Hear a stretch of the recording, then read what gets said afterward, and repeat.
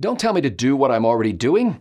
Hi, I'm Scott Ott, and this episode of Bill Whittle Now is brought to you by the increasing legion of members at BillWhittle.com. And Bill, this is a very interesting thing that started for me with an op-ed in the Wall Street Journal, and I want to give credit to that by somebody named Phillip Magness, who is apparently an economist. But he's saying that the famous journal, Nature Medicine journal story saying that just simply wearing face masks could save 130,000 lives by February of 2021, which is kind of the driving force behind Joe Biden's supporters who say, hey, if you get in there as president, you need to implement a mask mandate.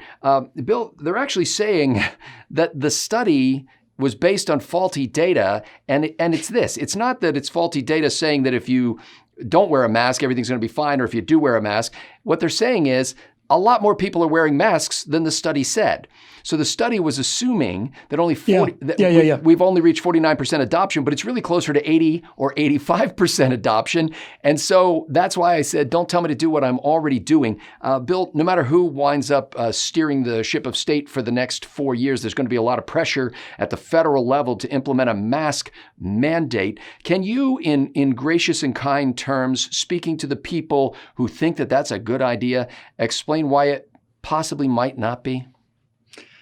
I'm not entirely sure I can do anything in gracious and kind terms, to be perfectly honest with you.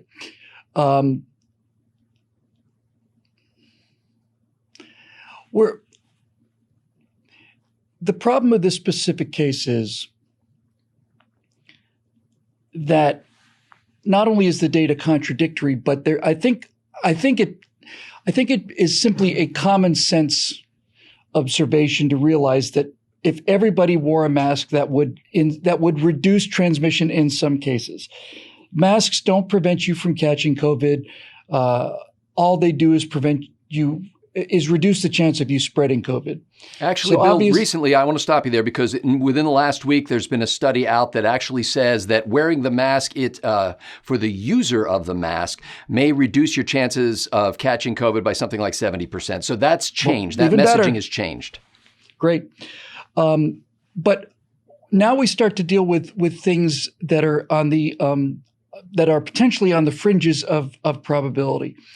And so let's just these are not actual numbers I'm cooking up out of my head, but let's just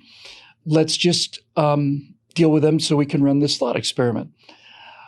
Let's say that wearing a mask reduced the chance of society of members of catching COVID by 1%. Let's start on the other end of the spectrum.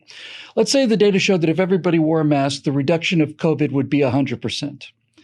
Well, you'd have a pretty good case for wearing a mask. The entire idea of how we treated this pandemic is backwards. Once it became clear that we knew how this virus worked, and as I like to say, it's a picky eater, what we find is that the huge majority of people are essentially their survival rate, even if they catch it. And every time we talk about a survival rate, it's important to remember that the survival rate, if we say somebody's got a 99.92% survival rate, that's not 99.92% of the population. That's 99.92% of the people that contract the virus, which is usually around 20-25% for an airborne coronavirus. But if it turned out that the wearing of the masks reduced your risk of everybody's risk of catching it by 100%, you'd have a strong case to make. Now, what if it turned out that if everybody wore a mask, the rate of infection was reduced by 1% or 0.1% or 1/100%? I'm trying to establish the parameters here. If it turned out that wearing a mask reduced the transmission by 1/100%, then you'd be able to legitimately start asking questions about, okay, since this is so ineffective, there's no question it is somewhat effective, but if it's 1/100%, since it is so relatively effective, is it worth doing? Because there are other problems. There are other issues that come with wearing a mask. Bill, that's not even the question here, though, and that's an interesting topic for discussion. But the point that Phillip Magness is making in the Wall Street Journal is that the study that says we could save 130,000 lives by February if we had a higher adoption rate for masks. The point is, Bill, we already have a much higher adoption rate for wearing masks than this study says. I understand that. I'm trying to establish the fundamentals. I don't want to say science, even kind of the physics of what we're talking about. Can't come up with a realistic answer to this question unless we understand the efficacy of masks. And so those are the two extremes. Wearing a mask provides some negative benefits in addition to the positive ones.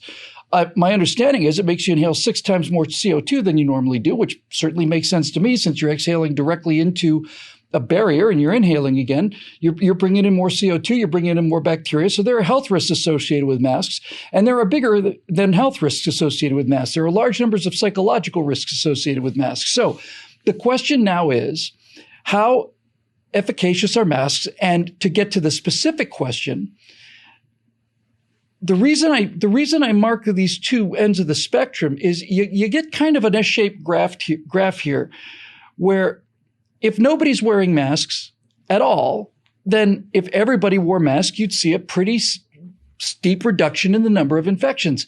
The more people that are already wearing masks, the smaller the reduction will be. And this is exactly the data that you're talking about here. And so the question then becomes, where do you draw the line? One of the problems that we've had with this entire pandemic, Scott, and I think this goes to the entire issue of masks and lockdowns and all the rest. This pandemic has been the approach to this pandemic has been sold from the beginning that anything that we do, even if it saves one life, is worth it. And that argument is a childish argument that has been applied to every single thing in society. You can apply that argument to anything. Throw your car keys away. Pardon me? Throw your car keys away. Yeah, and turn off your electricity too, because people are electrocuted at home all the time. If you don't have electricity, the risk of electrocution goes way, way, way down. In fact, if you turn off all the electricity, the risk of electrocution goes to zero. So this idea that if it only saves one life is designed to get people to do what you want them to do. Anytime you ever hear anybody say, well, if it only saves one life, then it's worth it, you know you're dealing with somebody who is trying to con you or manipulate you into something. Life doesn't work that way. So to the degree that this impacts the future, I think what we're really angling about here in terms of the politics of it is that the person calling himself president-elect, Joe Biden, is clearly on record as saying he wants a national mask mandate. And so we have two questions to ask here. Number one, how effective would a national mask mandate be? And according to this study, not so effective, since more people are already wearing masks in the first place than the data indicates. So the effect will be smaller, significantly smaller. You get to that asymptotic kind of law of diminishing returns, right? So it will be less effective than claimed, according to the study. And much more importantly, we never have a discussion on the risk-reward benefit. It's always, well, yes, this is true. And if everybody painted themselves blue and locked themselves in their car, then we would also reduce the risk of and the incidence of spreading COVID-19. And we would reduce the incidence of spreading COVID-19 if we all locked ourselves in a bathroom and taped up the windows and the doors and were fed through little slots or had drones deliver our food or whatever. And there's any number of things that we could do to continually reduce the number of COVID-19 cases in the same way that there's any number of things we could do to reduce the number of deaths from any other causes. I guess, Bill, what fascinated me about this whole thing is that much of the campaign from the Democratic perspective was that President Trump was doing a great disservice to the country by setting a bad example by diminishing or laughing at Joe Biden for wearing a mask, by not wearing a mask himself much of the time. We've heard reports from inside the White House that even after he walked back in from Walter Reed Medical Center after they treated him for the COVID-19 infection, that he came back in not wearing a mask in the White House. There's a report today in the news that I think it's the Washington Post, 130 Secret Service agents are apparently quarantining because of suspicions of being infected or have been tested. And so it's hitting the Secret Service crew really hard. Nevertheless, Bill, it looks like America while 70 million people voted for President Trump, most people didn't follow his example when it came to being cavalier about masks. And in fact, people used common sense and did what they thought was the right thing to do. There has been a suggestion that there's no way that an executive order from any president could be implemented because a court in Texas would immediately put it on hold, and then it would go to the Supreme Court. The Supreme Court would strike it down. It's just fascinating to see somebody at the federal level saying, we need to do something that you're already doing, and that's how you can tell I'm serious about this. Now, okay, so now let's take another very, very, very important point. It's the nature of politicians, all politicians really, because if you decide you want to go through the living hell of being a politician, and this applies to Republicans as well as Democrats for the most part, your life as a politician, certain notable interviewees accepted, generally consists of going out, finding what people want you to say, saying that, and then you stay on the gravy train forever. You ran for office, were elected once, and then the second time you failed your re-election because you decided to stand up for your principles like, no, we don't need this money, so we're not going to take it. I lost more times than that, but I did get elected once or twice. In any event, the reason you're not in politics now is because you have integrity and character. So with all of that said, there's a natural inclination for politicians to want to increase power and the ability to say, do this, and then have people do it and have evidence that they're doing. My God, look at all these people wearing masks. I told them to wear masks and they're doing it. I don't know. I have no legal basis for this if I'm Gavin Newsom, but let's continue to the larger point. It is in the nature of politicians to want to get people to do things and to exercise control over other people's lives. That's why they become politicians. It's in the nature of intellectuals to tell themselves that they're very, very smart people. And in many cases, in fact, virtually all cases, intellectuals are, in fact, if not terribly intelligent, certainly have a very deep and narrow knowledge base, which means they know an awful lot about a pretty small subject, and they interpolate that to mean they know an awful lot about everything. This results in the intellectual idea that I know what's better for other people than they do. And herein is where we get into some danger. This is where people will say, no, everybody should be wearing masks and I ought to know because I'm a virologist. That is a true statement to the degree that you're a virologist. But there are other factors in play. And one of the most simple factors in play and the easiest to understand is population density. If I'm a virologist, if I'm Dr. Fauci or whoever the hell I am, and I'm saying to the president, everybody needs to wear a mask all the time, I have to assume what effect this is going to have on the New York subway. And if I make a blanket ruling, then the rule that I apply to the New York subway doesn't make a whole lot of sense to a couple guys riding a range out in Montana. But nevertheless, the law is the law. And all of this circling around to simply say this, the American people, not just the American people, all people, but American people especially, I think, are extremely good at understanding what the ambient risk is and what is an appropriate level of precaution. They're very good at it for the same reasons that the crowd is good at estimating the weight of the ox. Just for those of you who might have missed that legendary episode, there is a known mathematical and sociological effect in place that basically says that if you have a large number of diverse opinions, including scientists all the way to raving drunkards. And in some cases, those are the same people. But if you have a very wide range of diverse opinions and no influencing, nobody saying, no, it's this, then the result that a large number of people will get in terms of accuracy is higher than what any single expert can predict. And the example is in early 1900s in Britain, there was a contest and a huge fair, thousands, if not tens of thousands, hundreds of thousands of people came and they had to guess the weight of this ox. And if you got the weight correct, you would get the ox. Hooray. Well, butchers would show up and traders, people who trade in the oxmongers showed up. And all of the people that deal with these animals on a daily basis showed up. And what they found was if you take an average of everybody's weight from some foppish son of an earl to some chimney sweep from Mary Poppins, and you take all of these differences of opinion and you average them out, that average came closer to the actual weight of the ox than any one single opinion. And that is true all across the board in everything. And the reason I come to this for an example is because this is another example of that.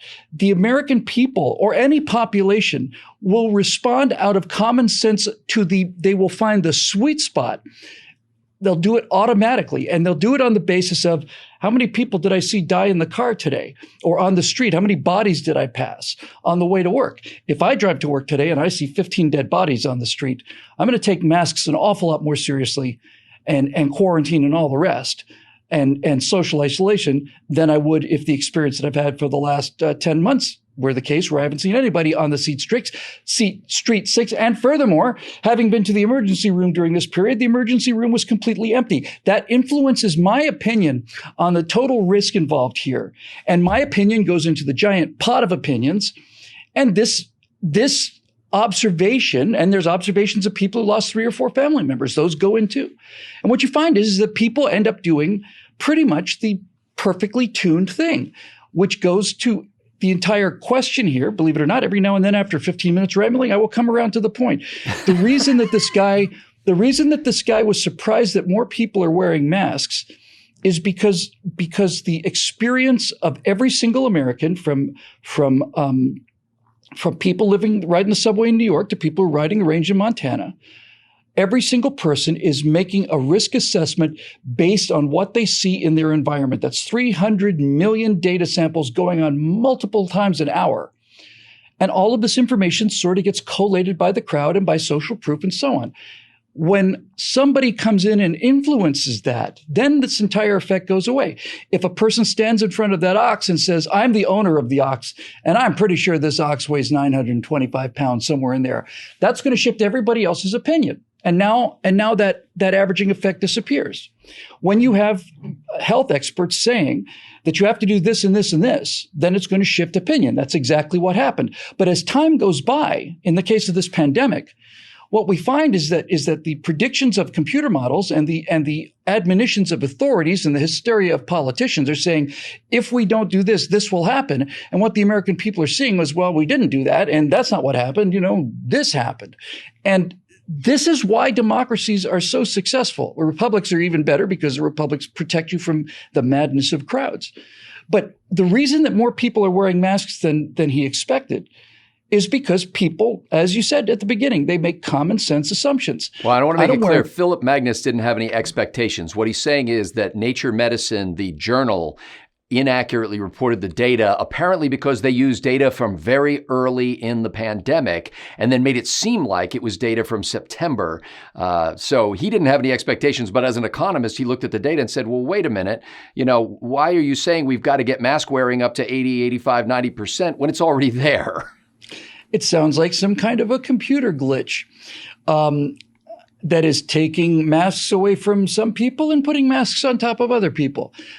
Okay, I think that's a good place to draw this to Let's just remember one thing, that this entire lockdown and all of the panic and all of it was predicated on one computer model by one guy at Imperial College I think it was at Oxford University. And that model predicted 2.5 million American dead, and it predicted it on the basis of an infection rate of 85, 89% of the population, when the flu pandemic of 1919 was around 22% and swine flu a couple years ago was 26%.